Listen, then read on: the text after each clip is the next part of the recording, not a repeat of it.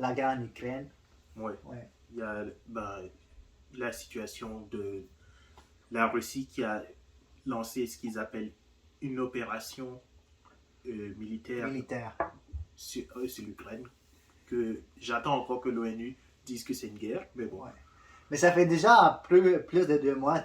Au début de l'année 2021, à la fin du mois de février, début mars, la Russie a décidé d'attaquer l'Ukraine premièrement, à cause que, genre, à ce qui paraît, l'Ukraine voudrait rejoindre l'OTAN. C'est ça l'OTAN? Oui. Ouais, fait que la Russie, c'est pas dans leur intérêt, parce que si l'Ukraine rejoint l'OTAN, ils vont pouvoir se militariser plus, c'est ça? C'était surtout. Pardon.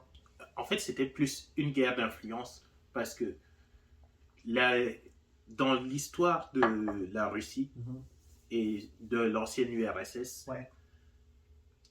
l'Ukraine et la Russie ont été relativement assez proches. Là. C'est comme si on parlait des États-Unis et du Canada. Ouais. C'est des cultures différentes. C'est des frères, des sœurs la plupart du temps. Oui. Genre, tu sais, je dis pas des frères et sœurs des sangs, mais genre, leur histoire sont tellement, genre, ils ont été tellement collés pendant beaucoup d'années jusqu'à ce que l'Ukraine se sépare, puis la chute de l'URSS. C'est ça, URSS? Il y a ça, mais c'est Ouais. plus compliqué. Au début, c'était deux nations différentes. Ouais. Ensuite, il y a eu l'URSS. Ouais. Et après ça, il y a beaucoup de personnes d'origine russe qui ont. De familles d'origine russe qui vivent en Ukraine et de familles d'origine ukrainienne qui vivent en Russie. Du coup. Ouais, mais la proximité en fait en sorte que c'est quand même j'ai deux régions, la proximité en fait en sorte que c'était deux cultures différentes, mais ça habitent vraiment très proche que ça se ressemble. Fait que c'est vraiment une question de proximité, puis je connais pas l'histoire en fait, puis comme Kevin l'a dit, au début c'était deux nations différentes, puis à un moment donné ça s'est rejoint, puis ils ont été tellement ensemble que maintenant c'est presque pareil, mais certains que maintenant c'est genre, il y a beaucoup... les Ukrainiens, ils s'aiment pas les Russes, ça se voit. C'est pas rendu à ce point-là, c'est plus que dans la perception, disons que l'Ukraine se rapprochait de plus en plus d'une culture européenne, de l'Occident, etc. Ouais, Occident. Et c'est comme si le Canada se rapprochait de la Chine. Pour les États-Unis, c'est pas bon pour eux. Ouais. Du coup, la Russie a dit. Elle s'est prononcée comment ça s'appelle, devant l'Union européenne pour demander à ce que l'Ukraine ne soit pas acceptée dans l'OTAN. Ouais, c'est pas dans l'intérêt, ouais. Comme tu dis, ils veulent pas que c'est un pays trop proche de la Russie pour qu'elle devienne trop occidentale, on va dire. Ouais. Exact. Ouais. Et à partir de ce moment-là, il y a beaucoup de gens qui ont théorisé que Poutine, c'est l'occasion pour lui de redonner la gloire à la Russie, dans un sens, mais j'ai l'impression que c'est plus un mouvement pour dire, ok, vous approchez pas de chez nous. Ouais, c'est ça. Ils font passer un message parce que ça a commencé par. Il y a deux régions qui font partie de l'Ukraine que la Russie a rendu indépendante. Je connais pas je sais pas si tu connais le nom. La Crimée et le Donbass, mais c'est pas indépendant. C'est pas la Crimée, il y avait un autre endroit, genre proche de la Russie, genre. Mais la Russie leur a déclaré indépendante quelques jours avant la guerre. Oui, le Donbass. Ouais, le Donbass, puis l'autre, c'est. Il me semble que c'est la Crimée. La Crimée, attends, on peut juste fact-checker, là. Oui. Indépendante. Indépendante, c'est beaucoup dire, là, mais. En tout cas, c'est ça que la Russie. Elle a aussi dit que le gouvernement ukrainien a été mené par des nazis et tout. Mais bof. Ça, c'est plus de la propagande. C'est ça, il y a deux régions, fait tu penses c'est deux, mais je connais pas les noms, fait qu'il faudrait regarder certainement, là, j'ai regardé vite vite. Fait que ça a commencé comme ça, puis après, genre, juste quand on a réussi à déclarer ces deux régions indépendantes, ça a commencé, les hostilités ont commencé, puis ils ont envahi l'Ukraine, puis ça dure depuis 2 mois maintenant. Là. Ouais. C'est le président. Mais en fait, comme tu dis, la Russie s'attendait à faire ça vraiment vite. Mhm. Et par expérience, puis on a vu ça récemment, je pense qu'un de nos podcasts, on parlait de l'Afghanistan. Oui. Puis par expérience, c'est l'Afghanistan, juste un exemple, dès que les talibans ont commencé genre, à reprendre le pays, le président est parti genre, tout de suite. Ouais. Fait qu'il est vraiment parti du pays. Fait que la Russie pensait qu'elle allait même avoir une même situation avec le président actuel. Il ne faut pas oublier le président actuel. Je pense que Zelensky, Poutine ne le prenait pas sérieux. Pour lui, c'était un clown. Genre, c'était un comédien de nature, c'est un acteur. Fait que t'es déjà là, c'est pas un politicien en tant que tel. Fait que lui, il pensait genre, ok, je vais arriver en force, puis ça va être un des premiers à partir, mais genre. Puis il y a beaucoup d'autres choses qui ont empêché la Russie d'envahir vraiment vite. Leur plan, c'était d'envahir carrément, genre, quelques jours. Ouais. Mais je pense que c'est aussi l'effet que le président a tenu debout, puis ça a donné de l'espoir à tous ceux qui sont restés, genre. C'est plus que l'histoire du président ukrainien, de Zelensky, c'est une histoire qui passe bien sur les réseaux sociaux. Et il a su s'en servir. Ouais, c'est un bon communicateur. Là. Oui. C'est certain que déjà, en tant qu'acteur, comédien surtout, il a un bon langage, une bonne présentation, je pense. Même dans sa langue natale, c'est certain qu'il est meilleur qu'en anglais.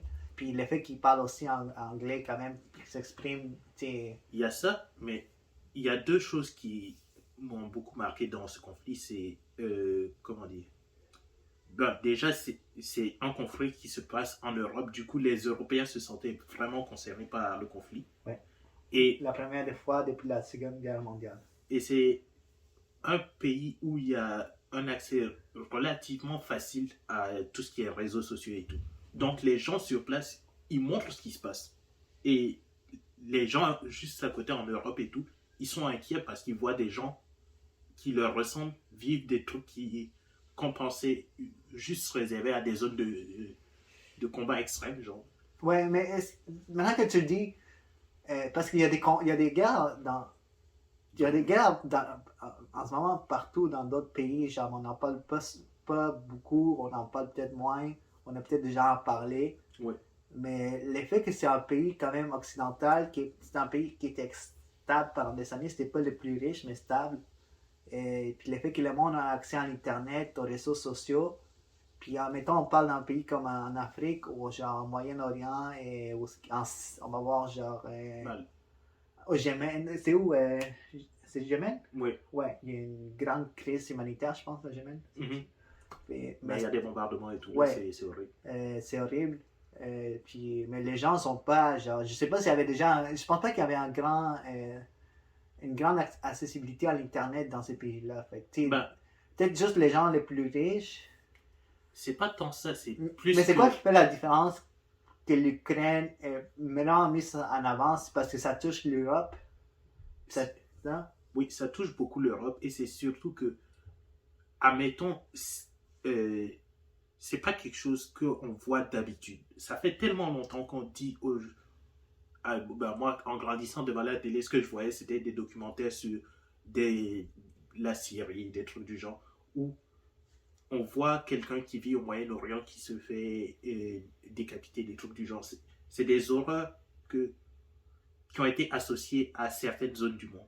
Et là, on voit que ça peut arriver n'importe où. Ouais, mais parce que tu vois, il y a certains aussi, ils vont censurer les choses dans les pays du Moyen-Orient. Ils sont capables de couper l'Internet, ils sont capables comme tu dis, c'est pas tout le monde qui a accès au cellulaire puis au data. Fait qu'en Ukraine, c'est un pays plus genre occidental, qui commence à être plus occidental. Beaucoup de gens ont des téléphones parce que tu vas sur TikTok, tu peux avoir genre des vidéos de l'Ukraine, des soldats qui se filment, des gens, mais t'en vois pas des vidéos du Yémen. Genre, y a pas des gens au Yémen qui vont en train de filmer puis mettre ça sur TikTok. Ouais. Fait qu'il y a une grande différence entre la culture et l'accessibilité aux moyens comme le cellulaire, l'Internet en Ukraine, qu'au Yémen. Puis aussi le fait que la culture est différente, puis peut-être ils sont moins axés, genre, publiés sur les réseaux sociaux, parce que je pense sûrement qu'il y a déjà une censure du gouvernement, je pense que c'est un roi, Benjamin, Je saurais pas dire. mais gouvernement ou royauté qui censure l'Internet déjà, surtout dans les pays au Moyen-Orient, il y en a qui censurent, qui coupent des choses. Fait que, tu sais, en Ukraine, c'était assez libre pour pouvoir genre, partager ça sur les réseaux sociaux. Puis aussi, il y a un président qui est assez, genre, on va dire, qui se met de l'avant. Fait que, tu sais, ça l'aide aussi pour tout. Mais aussi, le côté, genre, historique, ça fait longtemps en Europe que ça n'a pas arrivé. L'Europe a tout le temps été stable, ça a tout le temps été en Plus ou problème moins. quelque part d'autre. Ouais, Ouais. plus ou moins. Le truc, c'est qu'il y a, ben, c'est sûr qu'au niveau même du conflit, c'est intéressant de voir la place des réseaux sociaux. Mais ce qui m'a beaucoup surpris dans cette situation-là, c'est à quel point il y a des gens qui sont prêts à tout pour juste gagner un peu d'attention ou un peu d'argent. Parce qu'il y a des gens qui se mettaient à copier les bandes son. Admettons, quelqu'un filme un bombardement. Il y a quelqu'un qui va utiliser le son du bombardement. Ouais, mais j'ai vu ça sur TikTok. Ouais, pour essayer de se faire passer pour une victime et tout là. Et ça, c'est dégueulasse, juste. Oui, ça, tu sais, ça fait en sorte que les gens, tu sais, pensent que ça arrive pour de vrai, là, tu sais, ils vont liker ces vidéos, ils vont les publier, les partager, puis dépendamment de la plateforme, là, plus c'est partagé, plus c'est liké, tu peux avoir un certain revenu, ou juste des gens qui aiment avoir ce grand nombre de personnes qui ont leur attention. Des fois, ils vont mettre des liens de donation, puis des données, mais en fait, c'est tellement faux, tu sais. Il y a des gens qui vont scammer d'autres, qui vont utiliser. Mais ce genre de choses, ça a tout le temps arrivé. Genre, les gens ont tout le temps pris profit de. Pas juste maintenant sur les réseaux sociaux, juste en copiant des sons, ou genre, en publiant des fausses images, des choses, des faux sons, genre, un son avec une vidéo, puis là, les gens pensent que lui, il est dans son bunker, ou la personne, mais genre, ça a tout le temps arrivé dans l'histoire de l'humanité que des gens qui ont déjà fait des atrocités de même. Pas juste sur les réseaux sociaux, il y en a qui ont fait ça à la télé, qui ont passé dans le journal, il y en a il y en a qui ont scammé des gens, genre porte à porte. Fait que ça, c'est la nature humaine, là, c'est juste. La seule chose qu'on peut faire, c'est juste encourager les gens à mieux s'informer, c'est d'aller sur des sources officielles. Ben, surtout quand on se renseigne sur une guerre. Là. Quand tu dis source officielle comme quoi, qu'est-ce que toi tu regardes? T'sais, pour être honnête là, avec vous, là, moi je fais juste scanner des choses. Et tout ce que je dis, peut-être c'est juste en général. Qu'est-ce qu'on dit, c'est en général. Je considère que Kevin peut-être est plus à l'aise dans ces choses-là. Fait que toi, tu te demandes c'est quoi les sources officielles. Par exemple, quelqu'un qui écoute, qui regarde, il dit ok, c'est quoi les sources que tu mentionnes? Admettons, si on parle de la guerre en Ukraine, ben, d'aller voir sur le site du gouvernement russe, du gouvernement ukrainien, les rapports de l'ONU, parce qu'il y a tous les jours, il y a un rapport de l'ONU, de voir aussi dans des journaux qui ont une assez bonne réputation, Comme New York Times, le Post. Si on parle du Canada, il y aurait ben, le Devoir au Québec, la presse, des trucs du genre. Okay. Ben, la presse, ils font des fois des erreurs, là, mais... Ouais. Ouais, non, mais c'est genre, ok, là-dedans, tu il y en a qui vont considérer les New York Post comme pas très, genre, oui, c'est crédible, ça a tout le temps été, mais genre, avec tout ce qui se passe, avec tous les côtés, les médias qui prennent une position ou l'autre. Ah, tu veux dire Washington Ouais, Post. mais tu sais, genre, quand tu dis l'ONU, c'est quand même une source quand même crédible. Les gouvernements ukrainiens, ils n'ont pas affaire à mentir avec leurs chiffres. Les gouvernements russes, quand tu veux les gouvernements russes, qu'est-ce que tu regardes là-dedans? C'est de voir, parce que, disons que si tu vois un truc qui parle d'opération militaire en Ukraine, et que tu n'as jamais été sur le site du gouvernement russe, peut-être tu peux pas savoir que c'est des gens qui repostent juste de l'information qui vient du gouvernement russe. Il faut que tu saches qui te donne l'information et pourquoi il te donne cette information. Non, mais si ça vient du gouvernement russe, ça devait être crédible parce que c'est le gouvernement, mais qui. Et ça ne veut pas dire que c'est crédible, Ouais. mais c'est que. C'est crédible pour eux parce que ça vient officiel, c'est du gouvernement. Fait que ça devait être crédible. Ça devrait parce que ça vient des sources officielles. J'irai pas jusque-là. Mais ça veut dire que, admettons, dans l'intérêt du gouvernement ukrainien, ils ont intérêt à dire, ok, il y a eu, je sais pas, 100 000 soldats russes morts, plutôt que 50 000. L'intérêt du gouvernement russe, c'est de dire, il y a eu 20 000 soldats russes morts, plutôt que 50 000. Mais quand tu vas regarder dans le gouvernement russe, Oui. Toi, tu fais juste Je veux voir qu'est-ce qu'ils disent, mais Oui. tu n'es pas en train de genre dire ça c'est crédible, tu n'es pas en train de dire ça c'est... Je ne suis pas en train de dire qu'ils disent la Ça, c'est vérité, véridique. mais je veux savoir qu'est-ce qu'ils disent sur le conflit. Parce que si je vais sur les réseaux sociaux et que je lis la même chose que le gouvernement, je sais d'où vient cette information. Ok. Parce que si je lis, je sais pas, sur... il y a eu un bombardement de la Croix-Rouge en Russie. Ouais. En Ukraine plutôt. Et que la Russie dit, c'est pas nous. Et que je vois un journal qui dit, la Russie a rien fait. Je peux me dire, ok, ce journal-là, il prend ses informations du gouvernement russe. Je vais faire plus attention à ce qu'il raconte. Ok, ouais, ok. Fait que tu dois la source de genre... De l'information. Me rapprocher le plus possible de Mais la ça source. veut pas dire que la source aussi, ça veut pas dire que la source est véridique et crédible aussi. Non, ça veut dire que je sais pourquoi on me le dit. Ouais, tu sais qui a influencé cette information. Exactement. Ok, fait que toi, tu vas jusqu'au fond.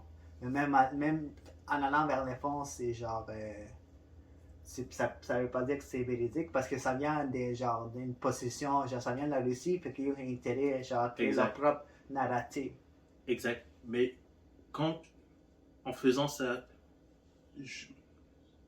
comment dire, je n'ai pas juste une version de l'histoire. J'ai plusieurs versions qui vont se contredire dans les endroits qui sont plus difficiles à comprendre. Si on parle on revient sur le conflit, si on parle du nombre de morts, des trucs du genre, qui a fait quoi, à ce moment-là, je préfère avoir plusieurs versions et après pouvoir comprendre, ok, finalement c'était ça qui s'est passé. Parce que si je fais juste écouter le gouvernement russe, admettons, ou le gouvernement ukrainien, je ne prends pas une décision basée sur des faits, je prends une décision basée sur une version de l'histoire. Mais maintenant, toi, tu vas te créer ta propre version des faits avec tout ce que tu as appris. Exact. Mais est-ce que ta propre version des faits est vraiment la vérité, tu sais? Parce que c'est un mélange de tout, mais il y a déjà la source, on va dire, russe est un peu genre corrompue, puis la source ukrainienne aussi un peu genre pas full. Ça peut être aussi genre, on va dire peut-être qu'ils ont des choses qu'ils disent pas aussi. Fait que déjà, toi, tu mélanges tout ça, puis tu fais un pot, puis là, tu t'en ressors, qu'est-ce que tu penses qui est vrai. Fait que, est-ce que là-dedans, toi, tu penses qu'est-ce que toi, tu penses, c'est vraiment genre. Parce que c'est un mélange de plein de choses mélangées qui peut être toutes des deux côtés qui peut être fausses. Ouais. Mais genre, à la fin, Si ton verdict est pas si vrai non plus, parce que c'est juste tout ce que t'as pris, genre, c'est juste des morceaux, mais est-ce que ces morceaux-là, c'était vrai, c'est vraiment. Admettons, quand est-ce qu'on va genre avoir la vraie information puis on va savoir. L'idéal, ce serait que si quelqu'un a filmé le truc sur place et que j'ai la vidéo, ce serait ça la source primaire. Mais souvent, quand on parle de nombre de morts, des trucs du genre, c'est un estimé aussi. C'est genre, ouais, on sait pas réellement. Genre. Oui, c'est des gens qui vont être. C'est les gouvernements qui vont être sur place qui vont compter ça. Ouais, c'est Et bon. je suis obligé de faire la balance de ces chiffres-là. C'est sûr que si chacun filmait et comptait, on pourrait le faire, mais personne n'a envie de vérifier le nombre de morts. Ouais, non, je comprends. Fait que, tu sais, ça, c'est vraiment. La question. Tu sais, comme tu dis, il faut tout le temps vérifier ses sources puis faire ses propres. Avec tout ce qu'on a vérifié de chaque côté de la médaille ou de chaque endroit, d'amener tout ça, puis genre vraiment de prendre tout ce qui fait plus de sens. Puis tout le temps d'avoir genre, de créer cette vérité, mais de tout le temps laisser ouverte pour qu'il y ait plein de nouvelles informations, pour que ça soit changeable. En fait, l'important, c'est que ça soit changeable, ton opinion, genre. Que ce soit changeable, oui, dans un sens, mais c'est surtout que ça me permet de prendre des décisions. Parce que si j'ai l'information qu'il y a des gens sur TikTok qui copient le son d'autres vidéos, quand je vais voir les vidéos, je vais faire attention et puis je vais pouvoir dire, ok, lui, il a fait une copie, je vais le reporter, je vais le signaler pour qu'il ne scame pas d'autres personnes. Ouais. Ou si je vois quelqu'un qui dit, ok, ben non, c'est pas une guerre, la Russie fait juste se promener dans les forêts ukrainiennes pour ramasser des champignons. Ok. Je vais lui dire, non, c'est pas ça qui se passe, faudrait que tu regardes ça, un truc du genre. Ouais. Mais c'est vraiment malheureux qu'est-ce qui se passe là, une guerre, il y a des, comme on dit, il y a beaucoup de guerres en ce moment dans beaucoup de pays des endroits, puis l'Ukraine, malheureusement, c'est un des pays qui est touché par ça, pour différentes raisons, puis politiques ou autres. Fait que on regarde ça de l'extérieur, on vit pas là, c'est certain que c'est difficile pour ces gens-là. Fait que c'est quelque chose qu'on voulait aborder dans ça. Ouais. On peut en parler vraiment genre, tout au long, puis donner notre opinion.